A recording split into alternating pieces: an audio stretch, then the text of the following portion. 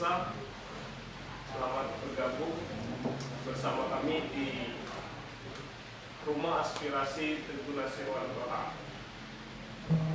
Nah, live streaming hari ini merupakan live streaming yang digagas oleh tim pemenangan Teguh Nasirwan untuk mencapai pemenangan di pemilu 2020 ini. Kita hari ini sudah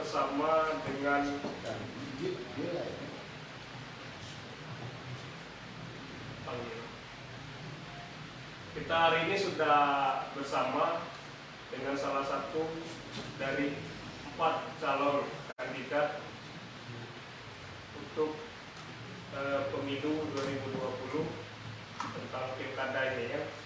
Kita sudah bersama Teguh Rep. Pada Bang Teguh, kami persilakan untuk hadir. Masuk.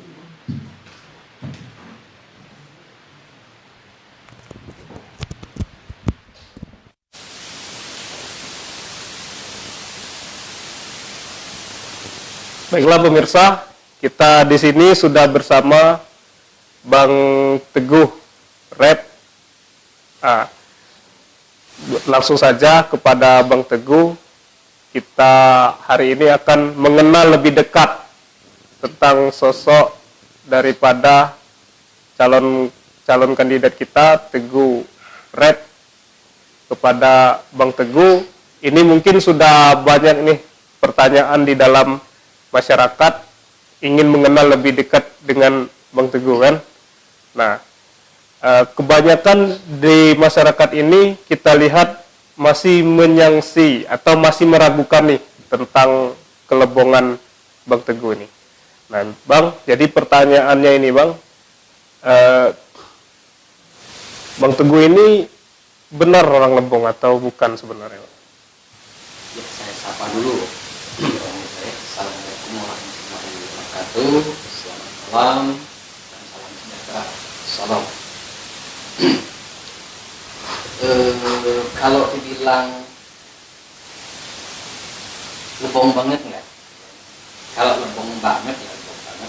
Nah, saya lahir di Lebong. Tepatnya pada tanggal 28 Agustus tahun 1968 di Pasar Murah Aman. Nah, Pasar Murah Aman ini, lahirnya di Pasar Murah Aman ini Bang, persisnya itu di mana ini Bang? Pasti Pasar Murah Aman kalau dulu itu jalan bioskop ya. Jalan bioskop ya Bang ya? Ya, di pasar. Pasti tengah Pasar Murah Aman itu, Kecamatan Lebong Utara. Berarti memang Abang ini lahir di Kabupaten Lebong ya Bang ya? Iya. Nah, kalau untuk kedua orang tua ini Bang, ini sejak kapan menjadi orang Lebong ini Bang? Ya kebetulan kalau ibu saya lahir di Lebong, terus kakek saya itu inspektur polisi pertama di Kabupaten Rejang Lebong. Tapi wilayah hukum Kecamatan Lebong Utara dan Lebong Selatan saja waktu itu kan. Kalau bapak itu masuk ke Lebong tahun 51. Tahun 50. Dari Solo, Jawa Tengah. Kalau ibu lahir dan besar di Lebong. Berarti lumayan cukup lama kedua orang tua Bang Teguh ini menjadi orang Lebong gitu.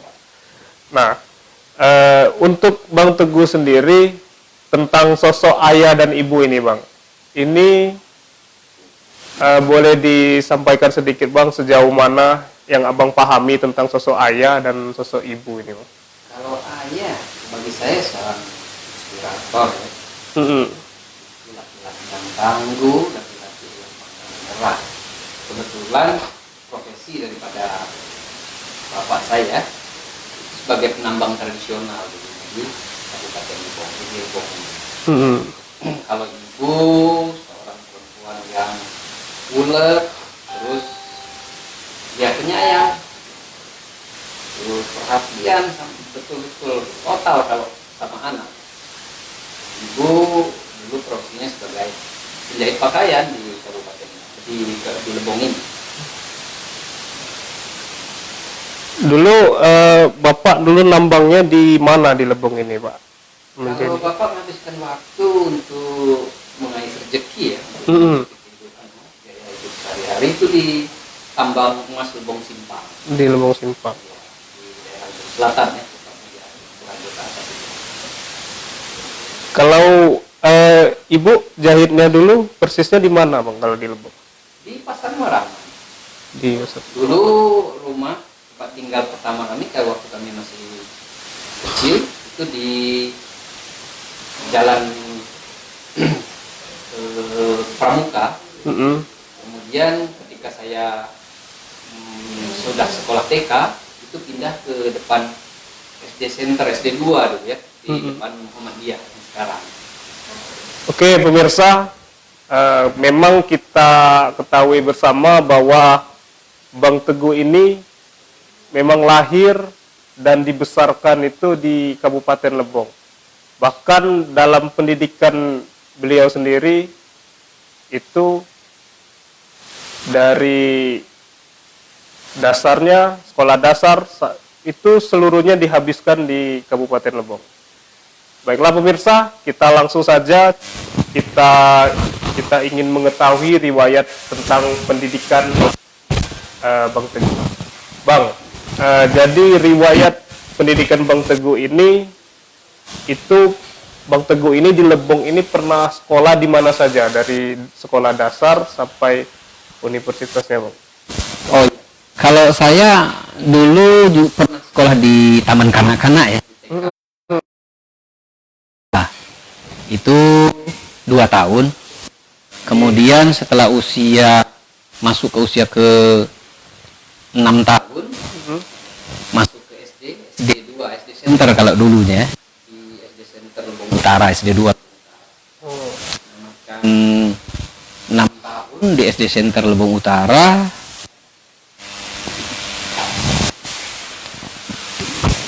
Ke jenjang pendidikan berikutnya ke SMP, itu juga SMP 1 Lebong Utara juga. Kemudian tamat SMP Lebong 1 SMP 1 Lebong Utara, saya masuk ke SMA 1 Lebong Utara juga.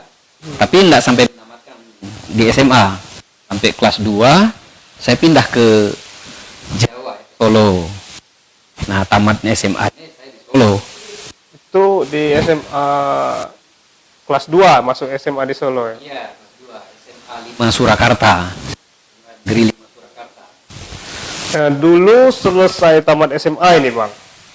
Kabarnya dulu Abang dulu pernah mau masuk universitas ternama lah di apa namanya tuh di salah satu universitas di Bandung gitu kan. Itu gimana ceritanya tuh, Bang? Sampai nggak jadi itu. Iya, tahun 8 Ramatan saya SMA tahun 86 87 ya. Waktu itu masih sistem Sipen Maru ya. Saya ikut tes Sipen Maru di Universitas Pajajaran. Kebetulan saya ngambil jurusan kedokteran umum waktu itu. Ya, kalau memang cita-cita saya dulu memang mau jadi seorang dokter. Jadi dokter ya? Iya, karena memang dari SMP terus SMA ketika bagi jurusan saya itu di A1 ya, eksat. Nah, dikarenakan mohon maaf karena biaya, jadi saya tidak sampai melanjutkan di perguruan tinggi di Universitas Pajajaran tersebut. Nah, akhirnya ya saya melanglang buana untuk bertahan hidup. Tapi kemarin itu kabarnya sempat diterima ya, Bang? Iya, diterima. Fakultas kedokteran. Betul. Di Universitas Pajajaran ya. Ya, Bang, kita kembali lagi ke tadi kan masuk TK ini kan. Iya. Kalau kita lihat di TK, Bang, dulu guru yang sampai sekarang masih membekas lah Itu pernah abang ingat nggak Bang? Ingat sekali saya. Waktu itu kalau di TK ada dua ibu guru yang sayang betul sama saya waktu itu ya. Yang pertama itu Ibu Fatimah namanya. Ibu Fatimah itu istri dari Pak Ucup dia itu. Di kampung Jawa. Tinggalnya sekarang beliau masih ada. Ya. Kemudian Ibu Nuri. Ibu Nuri juga guru saya di TK dulu. Muhammadiyah, TK Aisyah Muhammadiyah. Dulu masih didampingi orang tua Bang, kalau waktu TK itu ke sekolah. Iya, diantar saya sama kakak waktu itu kan. Sama kakak diantaran karena TK dengan rumah saya itu cuma seberang jalan saja. Iya, iya. Iya. Kalau di SD Bang, guru-guru yang pernah kita ingat? Guru di SD dulu, kalau kepala sekolah kami dulu Pak Ruslan ya. Pak Ruslan Usman almarhum. Kemudian Pak Solah. Nah, Pak Solah kepala sekolah pertama kami. Setelah itu pergantian Pak Solah ke Pak Ruslan. Pak Solah juga almarhum. Terus Ibu Yul dulu istrinya Pak Solah. Masih ada di Dusun Murah Aman rumah beliau tuh. Terus ada Pak Sapar Usman dulu ya. Banyak guru Pak Hamdani itu guru matematika kami dulu. Masih ada di Lebong? Masih, alhamdulillah, masih. Untuk teman-teman permainan SD ini Bang, kira-kira mungkin yang masih abang ingat di bangku sekolah atau di geng-geng permainan kan, saat pulang sekolah itu kira-kira siapa itu? Ya kalau di SD banyak teman saya. Kalau yang di Lebong Dono itu Amri, terus Parizal Asdi, terus Silvianti itu, kemudian Suspa Erlinda, Eti Rosilawati, kemudian Haji Tony, terus Darul, ini Rofi, Pakai. itu juga satu kelas sama dulu. Tapi teman akrab saya waktu SD itu Martin. Kalau di SMP nih Bang, guru-guru yang masih abang ingat ketika memberikan pengajaran kepada kita, pada Bang Teguh kan, dan teman-teman yang akrab di sana kan, kira-kira siapa Bang?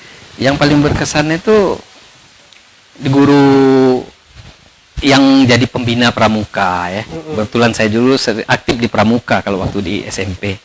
Pak Habibur Rahman almarhum, terus Pak Usman Zenit itu yang paling dekat betul dengan saya. Pak Usman ya.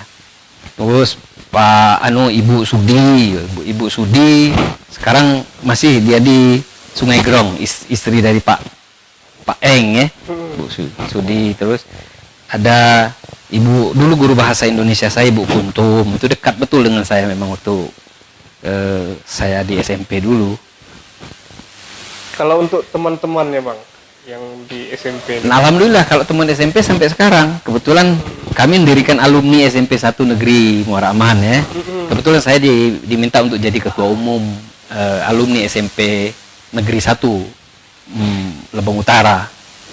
Sampai sekarang masih kalau kawan-kawan SMP, seperti Pak Jum, terus Pak Epi, Pak Tony, terus Erna, Nuhir, Rosida, terus ini Eka, masih sampai sekarang masih kumpul terus. Kebetulan kami ada pertemuan arisan sebulan sekali alumni SMP ya.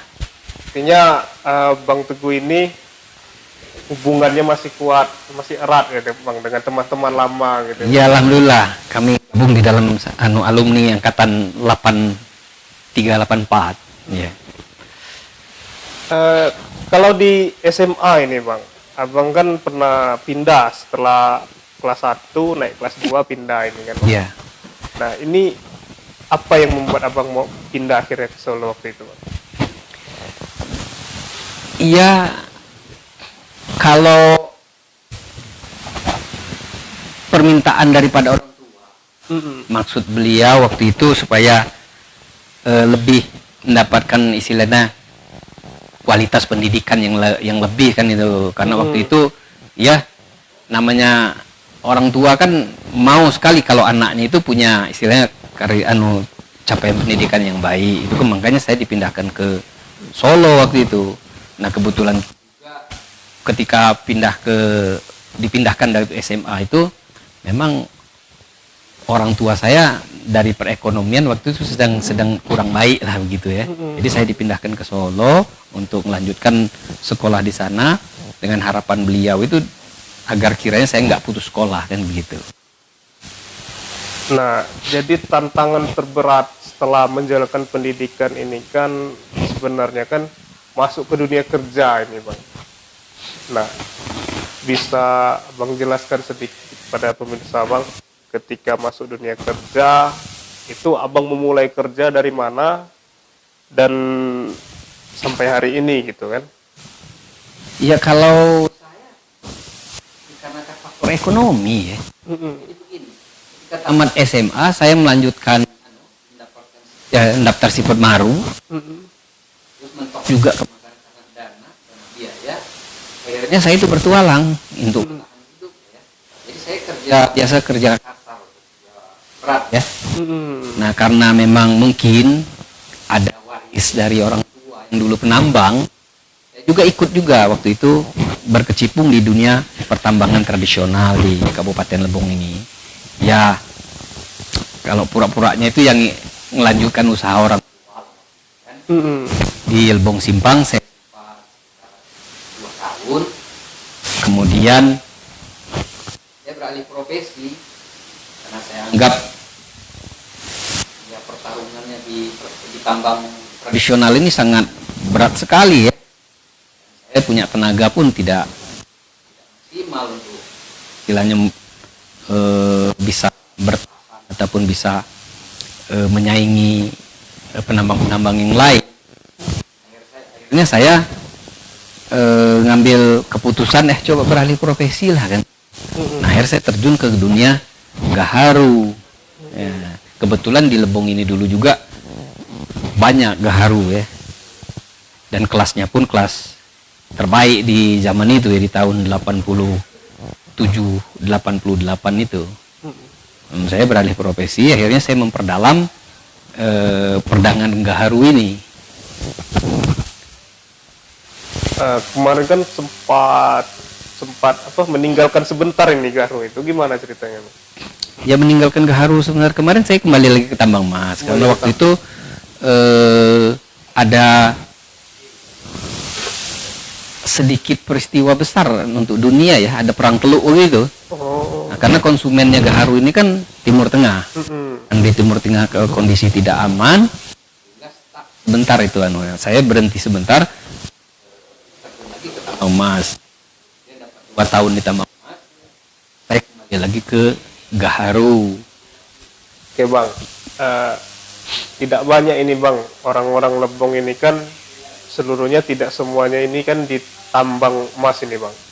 Mungkin bisa Abang sampaikan sedikit, Bang, suka dukanya di bekerja di tambang emas tradisional di Kabupaten Lebong ini seperti apa gambarannya? Kalau cerita tentang pertambangan tradisional, kalau bilang sukanya itu jauh sekali.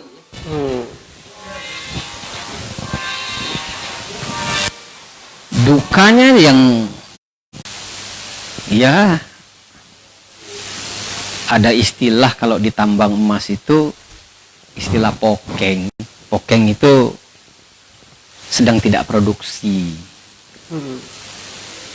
Itu ketika kita merintis jalan, atau kalau bahasa sini juga anak tambang bilang nebok kosong itu kan ya. Kita gali gunung itu untuk buat jalan sampai ke arah sasaran urat emas yang kita tuju. Wah, itu bukan main pahitnya. Kadang ketemu beras aja ndak, kita ketemu nasi aja ndak. Pernah Iya. tidak ketemu urat emas itu? Bisa ndak ketemu gitu kan. Itu kerja sampai berbulan-bulan, bahkan pernah sampai tahunan belum juga tembus ke arah sasaran. Kalau soal duka, wah bukan main lah kalau penambang tradisional itu, kalau mencari emas itu. Makanya saya waktu itu lebih dominan beralih profesi, memperdalam ilmu gaharu ini. Untuk gaharu, Bang, ini di gaharu ini apa yang membuat Bang Teguh ini tertarik dengan gaharu ini? Ya, ada, kalau saya baca dari filosofis Gaharu ini begini. Ini pohon kayu ini kalau Untuk menghasilkan kan itu dia ini disakiti dulu, dicacati dulu. jadi Istilah kata kalau kamu mau mau mengambil keuntungan dari kalau bahasa filosofi jadi ya cacati ya, lukai ya, gitu. Kemudian juga saya sedikit mempelajari dari dunia internet, saya pernah baca Google, manfaat daripada Gaharu ini luar biasa sekali. Salah satu dari penemuan daripada dokter Jepang itu keutamaan daripada Gaharu ini sebagai salah satu penjernih. jadi Dengan dalil yang begitu, berarti Gaharu ini bisa menyembuhkan segala penyakit. Nah, kemudian itulah saya memperdalam Gaharu ini sampai di waktu itu kurang lebih tahun 2000. Tahun 2000. 2000 saya melakukan praktek seperti eksperimen lah ya. Iya.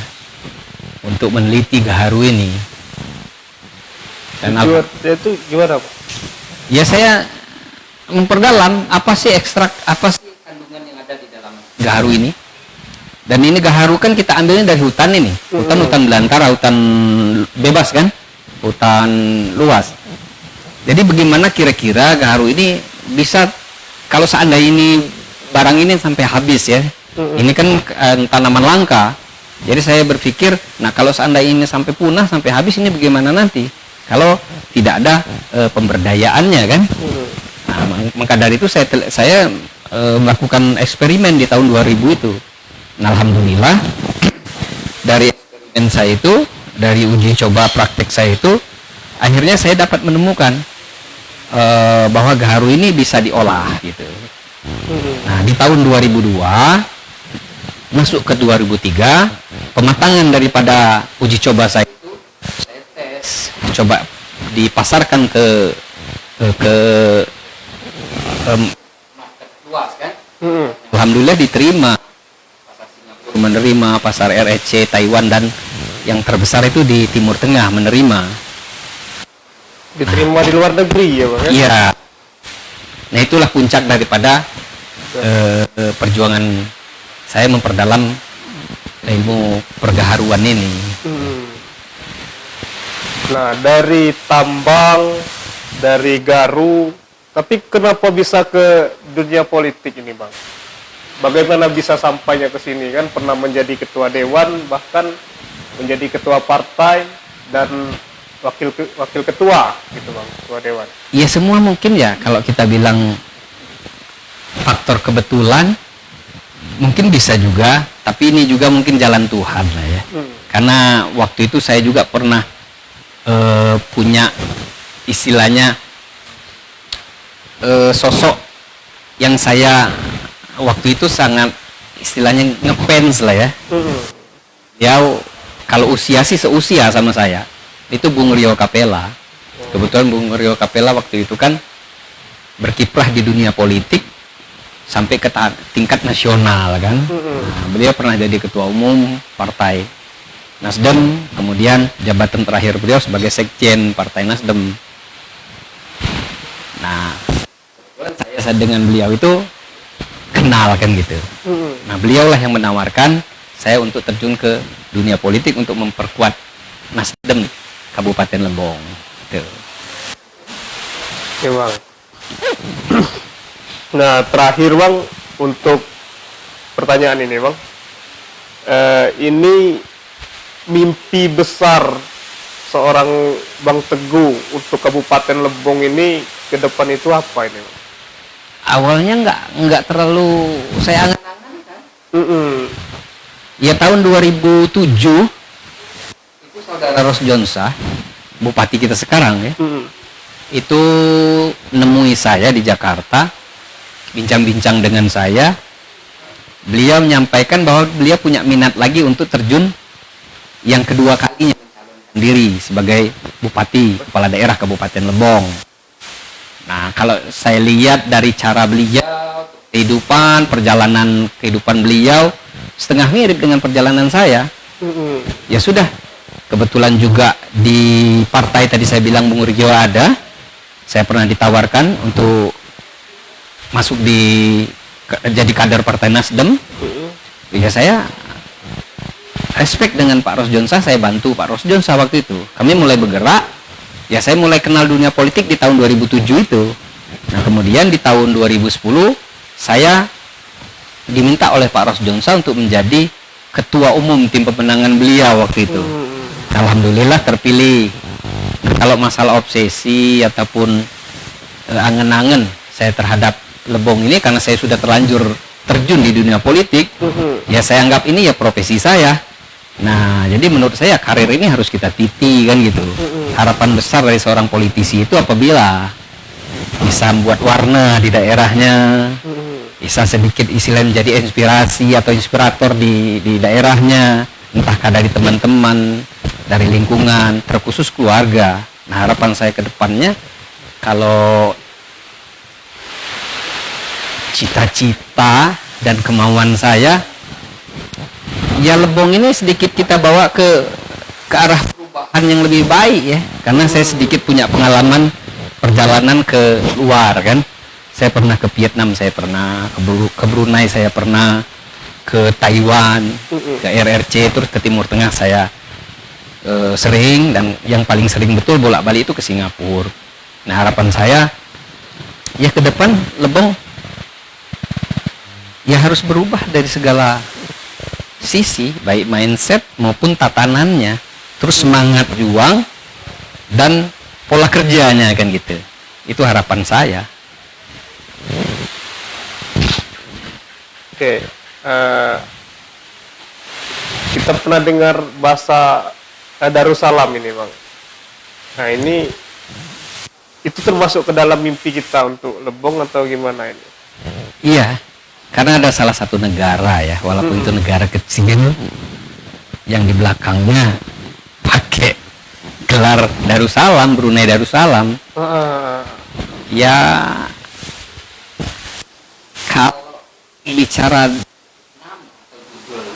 tersebut, saya ini cuma berangan ya, kebayang sama saya gimana sih kalau seandainya Lebong itu menjadi Darussalam kan gitu, kayak Brunei Darussalam. Karena apa? Ini hal yang bukan khayal, karena Lebong juga punya sumber daya alam yang mumpuni untuk Lebong menjadi istilahnya seperti negara Brunei Darussalam itu.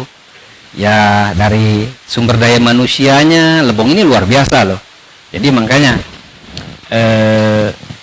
niatan dan cita-cita saya ke depan ngajak bareng-bareng masyarakat Kabupaten Lebong ini untuk memperdalam lagi, untuk meningkatkan lagi sumber daya manusianya, kemudian menguasai tentang ilmu-ilmu pengetahuan, entah teknologi, baik dari apa yang menjadi faktor utama di Kabupaten Lebong, teknologi pertanian, pertambangan, perkebunan, segala macam itu, supaya masyarakat Lebong ya menjadi masyarakat yang berdaya saing.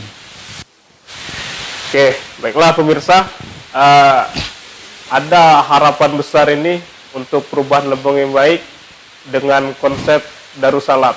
Pengen tahu apa itu Darussalam? Kita saksikan di live streaming selanjutnya. Oke, saya akhiri, wabillahi taufiq walhidayah. Wassalamualaikum warahmatullahi wabarakatuh.